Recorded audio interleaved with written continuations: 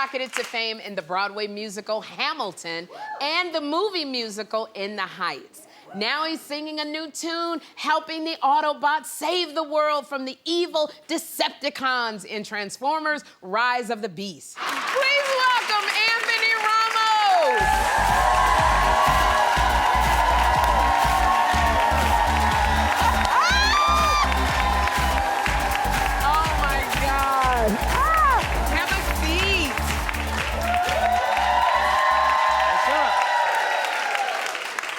Anthony, you know what? I'm such a fan of yours and follow you on TikTok. Okay. And I saw on your TikTok, you like to do your TikToks in the shower. Yeah. What's going on?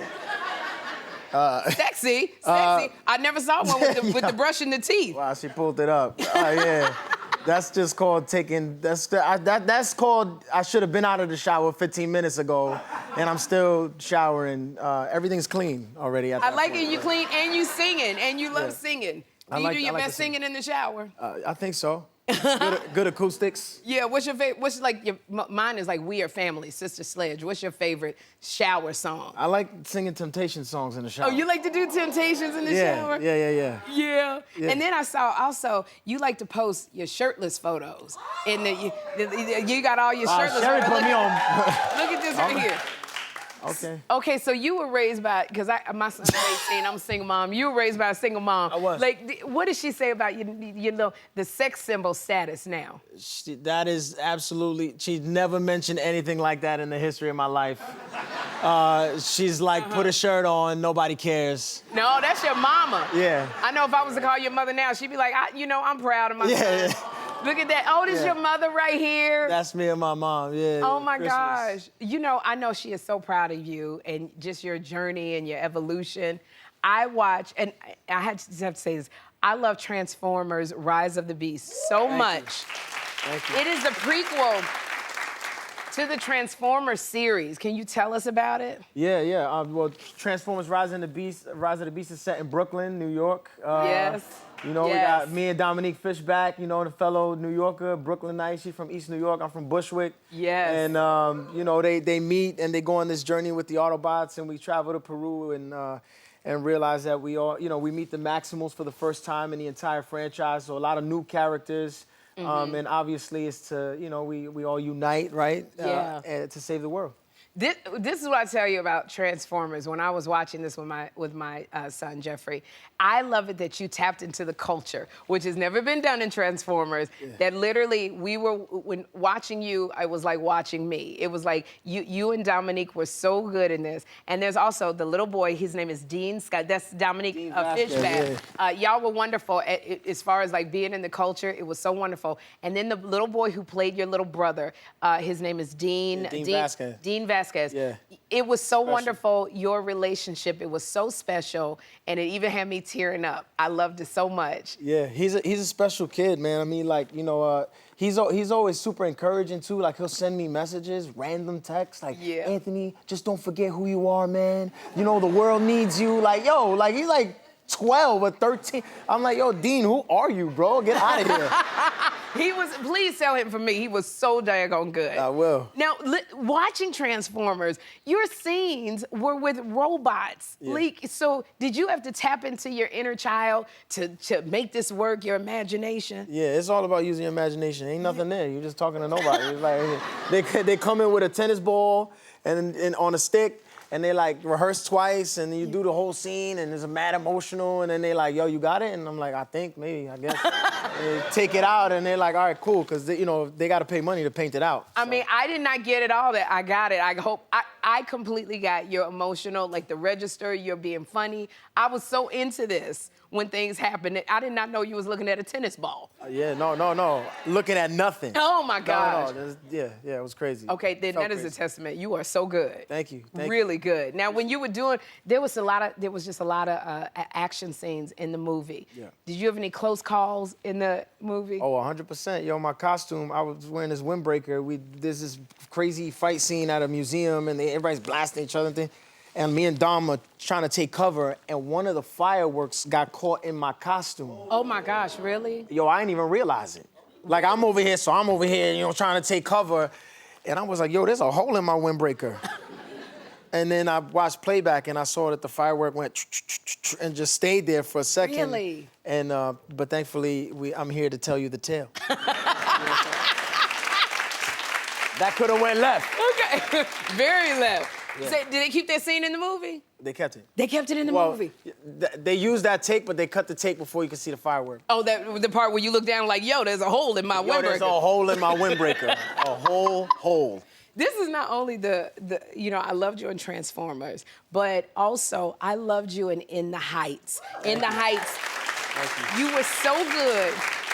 You had me jamming to all the music when I was watching you, and you filmed it in New York's Washington Heights. Yeah. So I heard that a funny thing happened to you while you were filming.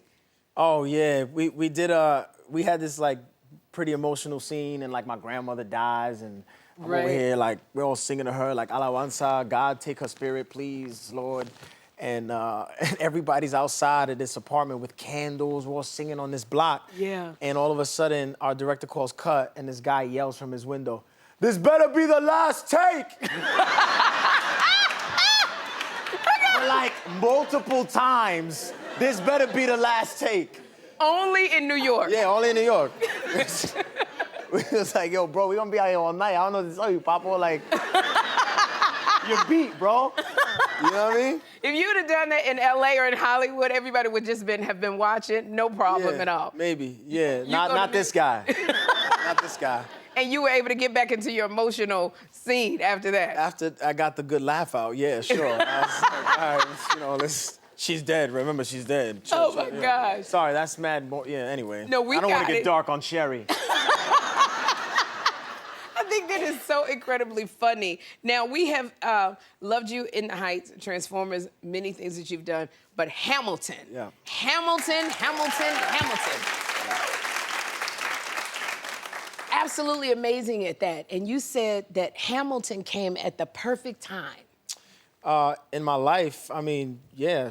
I got fired from a job, actually. I was doing a show at Radio City Music Hall that was like the equivalent of the Christmas Spectacular. Right. So like they had, with the Rockettes, they were gonna do it in the spring.